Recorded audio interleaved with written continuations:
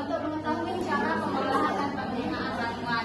Kemudian metode yang kami gunakan itu adalah wawancara berian langsung atau bertanya, dan juga kami menggunakan daftar pertanyaan yang terstruktur dan juga menggali informasi secara mendalam dari narasumber. Selanjutnya identitas narasumber.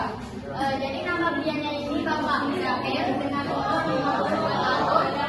Pekerjaannya swasta, alamatnya itu di Dusun Kebonre, Desa Batu Jai, Prayabalan, Bogor Tengah.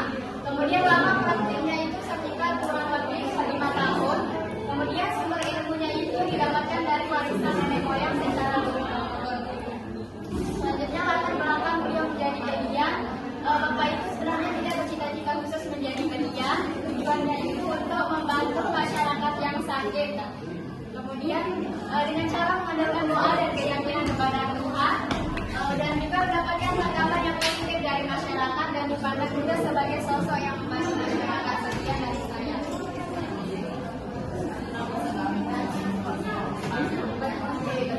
Oke, baik teman-teman, di sini ada tanaman herbal yang digunakan. Pada ramuan tradisional ini digunakan beberapa bahan herbal seperti daun sirih, buah pinang, kencur, dan kapur sirih. Kemudian di sini ada manfaatnya, yaitu di sini. Yang pertama itu ada daun sirih untuk mengobati luka, mengatasi sakit gigi, dan menjaga kesehatan tubuh. Kemudian ada buah pinang untuk membantu mengatasi gangguan paru-paru dan TBC. Kemudian di sini ada kencur yang berfungsi sebagai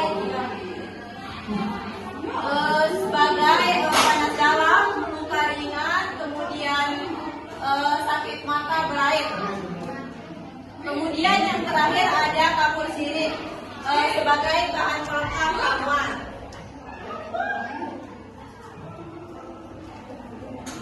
Kemudian di sini ada cara pengolahan ramuan. Yang pertama-tama daun sirih, pinang, dan kapur sirih dicampur. Kemudian setelah dicampur dikunyah hingga halus oleh belian. Kemudian ramuan disemburkan kepada pasien. Digunakan terutama untuk gatal-gatal, ruam kulit, dan penyakit ringan. Dan kencur ditambahkan sesuai kondisi pasien. Kemudian di sini ada penggunaan ramuan dan penyakit yang diobati. Di sini ada aturan penggunaan. Dalam penggunaannya ramuan disemburkan atau ditiupkan kepada pasien setelah diberikan doa. Kemudian pengobatan dilakukan secara berulang sampai pasien sembuh. Penyakit yang sering diobati menggunakan ramuan ini antara lain seperti bisul, gatal-gatal, demam, sakit perut, sesak napas, sakit mata, dan lupa. Sekian dari saya. Pemateri selanjutnya. Assalamualaikum warahmatullahi wabarakatuh. Baiklah, di sini saya akan melanjutkan presentasi dari saya, yaitu tentang hubungan dengan budaya Sasak. Pada slide ini dijelaskan bahwa pengobatan tradisional bukan hanya tentang menyembuhkan, tetapi juga merupakan sebagian dari tradisi Sasak dan tradisi masyarakat Sasak. Hubungan dengan budaya Sasak yang pertama itu ilmu pengobatan diwariskan secara turun-menurun, yang artinya cara pengobatan ini diajarkan oleh orang tua, kemudian diwariskan kepada anak dan cucu sebagai tetap terjaga sampai sekarang. Yang kedua, menjadi bagian identitas budaya masyarakat. Pengobatan tradisional merupakan salah satu ciri khas masyarakat Sasak yang menunjukkan kearifan lokal mereka. Yang ketiga, pengobatan diawali dengan basmalah dan selawat. Biasanya berniat sebelum mengobati dibacakan terlebih dahulu basmalah dan selawat sebagai bukti keberkahan dan kesembuhan kepada Tuhan Yang Maha Esa. Yang keempat, untuk penyakit tertentu perhatikan waktu dan tempat tertentu. Yang kelima, unsur spiritual menjadi bagian penting penyembuhan. Maksudnya, kesembuhan tidak hanya berasal dari obat, tetapi juga dari doa, keyakinan, dan kedekatan diri kepada Tuhan Yang Maha Esa. Kemudian ada kelestarian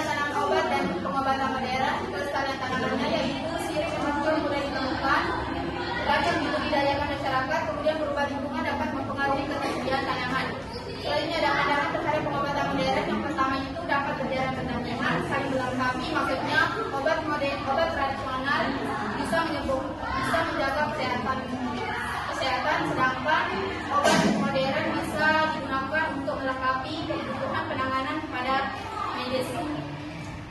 Yang ketiga, banyak obat modern berasal dari bahan alam. Kemudian pembahasan hasil wawancara. Temuan utama yang kami dapatkan, yang pertama itu pengobatan tradisional masih bertahan hingga sekarang. Kemudian memanfaatkan tanaman herbal lokal.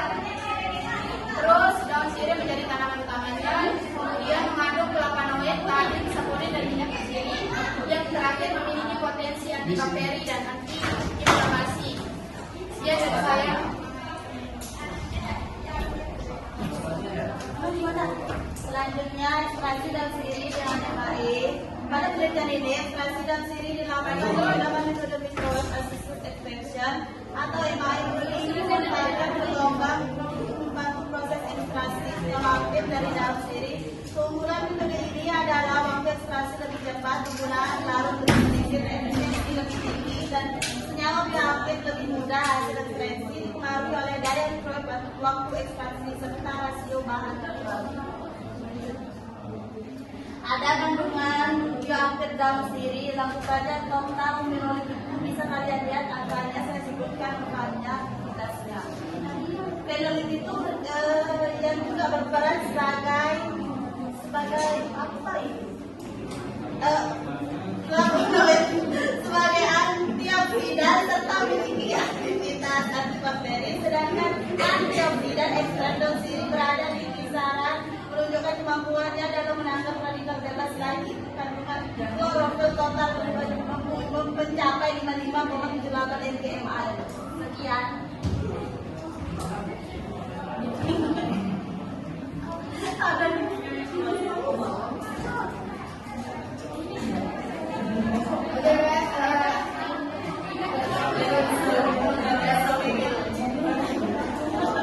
Pertama, dari hasil pengujian yang didapat itu ada bahan klorofil yang mencapai 55 mg dan mililiter. Sedangkan kalau diuji dengan PTIR itu yang didapatkan diidentifikasi terdapat fenol, flavonoid, terus klorofil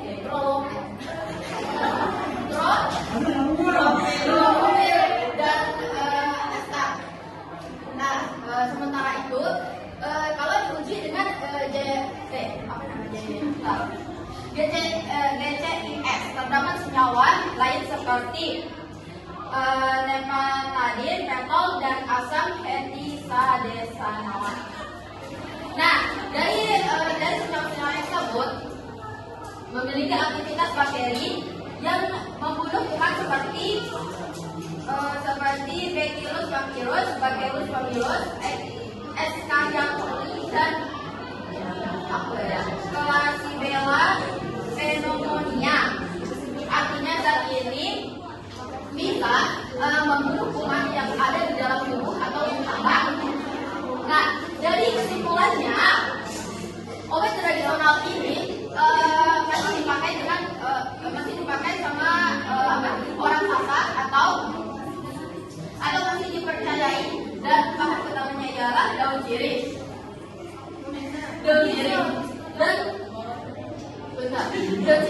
dan terbukti dengan kajian ilmiahnya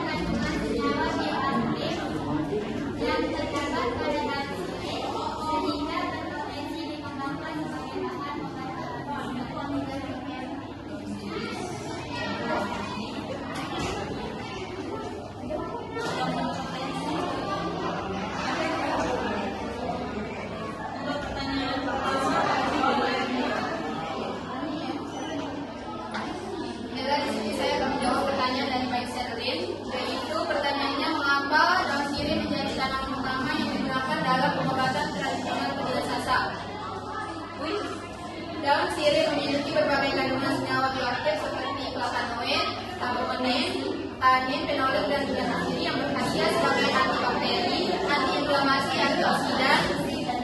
Selain itu, daun sirih juga diperoleh dan telah lama digunakan dalam pengobatan tradisional masyarakat Sasak. Sekian dan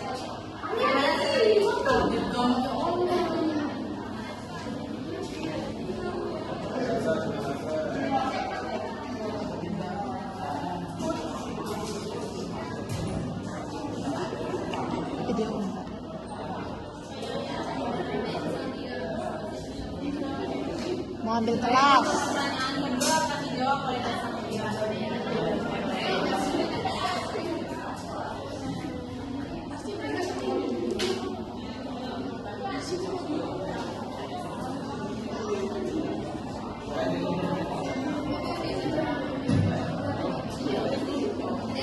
Ya kan kita emang selalu di sini.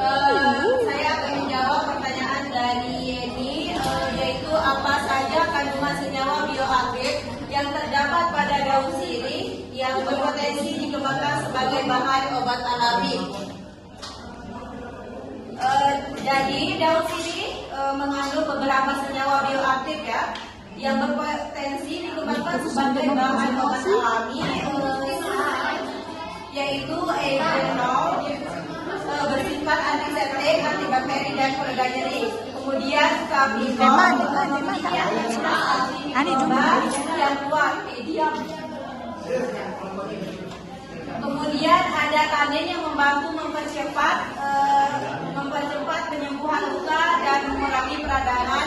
Kemudian ada flavonoid berperan sebagai antioksidan yang melindungi sel tubuh dari kerusakan, dan yang terakhir ada saponin memiliki efek antimikroba dan membantu generasi jaringan.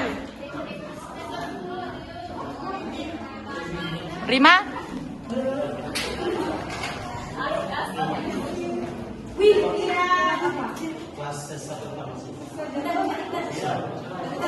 Dari yang